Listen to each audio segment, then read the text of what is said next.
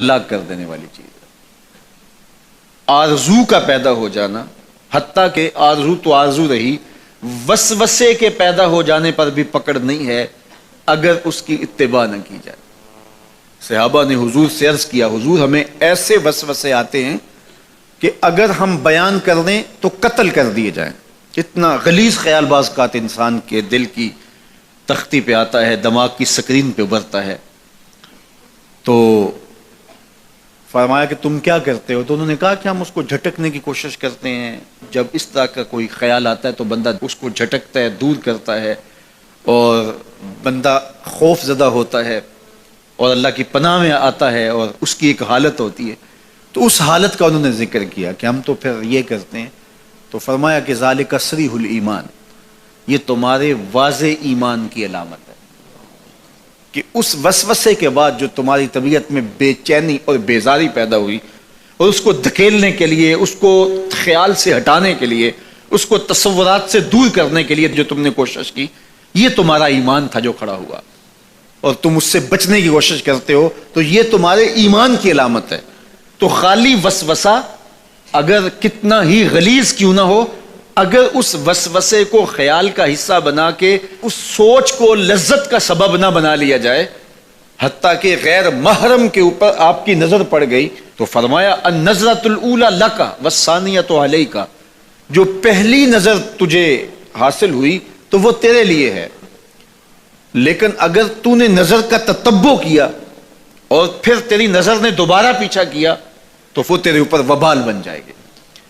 تو خواہش کا، وسوسے کا، اور کسی ایسی چیز کا دل اور دماغ کی سکرین پہ ابھرنا اور خیال پیدا ہو جانا، یہ کوئی بات نہیں ہے۔ انسانی زندگی کے اندر کتنے ہزار خیالات جو ہے وہ انسان کے دماغ میں جو ہے وہ پیدا ہوتے ہیں، اور پیدا ہو کر کے مٹتے ہیں، پھر نئے پیدا ہوتے ہیں۔ کبھی بھی انسان کا دماغ خالی نہیں رہتا، ہر وقت سوچتا ہے۔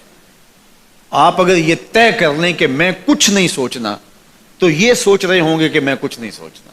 یہ کبھی ہو نہیں سکتا کہ آپ کا دماغ ہو اور اس کے اندر جو ہے وہ کوئی خیال نہ چل رہا ہو۔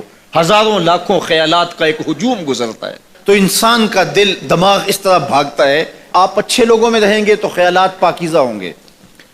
دیکھیے، آپ گندگی کے ڈھیر سے گزر رہے ہوں گے تو خیالات اسی طرح کے ہوں گے نا، اور اگر پھولوں کی روش سے گزر رہے ہوں گے، صحن چمن سے گزر رہیں گے تو خیال اس طرح کے ہوں گے نا۔ آپ جو ہے وہ کسی بازار سے گزر رہے ہوں گے تو خیال اس طرح کے ہوں گے، اور مدینے کی گلی سے گزر رہے ہوں گے تو پھر خیال اسی طرح کے ہوں گے نا۔ اس وقت آپ کے خیالوں کی دنیا کسی اور جہاں میں آباد ہے، اس لیے کہ آپ رسول اللہ کا فرمان سن رہے ہیں۔ لیکن اگر آپ کے سامنے کو گویا غزل گا رہا ہو تو پھر خیال کی وادیوں میں بھٹک کے کہیں آپ اور کھڑے ہوں گے۔ اب بات حضور کے فرامین کی ہو رہی ہے تو تصور پھر گنبد خضرا کے مکی کا ہی ہوگا نا، تصور تو پھر شہر حبیب کا ہی ہوگا۔ لیکن اگر آپ باتیں دوسری جانب کی کر رہے ہوں تو تصور پھر ادھر جاتا ہے، اور اسی لیے ہمارے علماء نے کہا کہ گانے کی طرز پہ نعت نہیں پڑھنی چاہیے، اس لیے کہ گانے کی جو معروف طرز ہوگی، جب اس طرز پہ نعت پڑھی جائے گی تو سن آپ نعت رہے ہوں گے، طرز سے آپ کے دماغ اور آپ کے خیالات بھٹک کے کہیں اور چلے جائیں گے۔ اس لیے یہ گوارا ہی نہیں ہے کہ ذکر رسول اللہ کا اور خیال کہیں اور جا رہا ہو، خیال آوارہ ہو اور بھٹک رہا ہو۔ جب تذکرہ حضور کا ہو رہا ہو تو خیال بھی گنبد خضرا کے مکی کا ہی ہونا چاہیے۔ تو یہ بات ذہن میں رکھیے گا کہ یہ انسانی زندگی کے اندر انسان کا خیال بھی بھٹکتا ہے، سوچیں بھی بھٹکتی ہیں، دل میں بھی کئی کچھ آتا ہے، لیکن پکڑ اور گرفت اس وقت ہوتی ہے جب انسان اس خیال پہ اپنے آپ کو اس راہ پہ ڈال دیتا ہے۔ لالچ کا پیدا ہونا بھی شریعت میں ماخوذ نہیں۔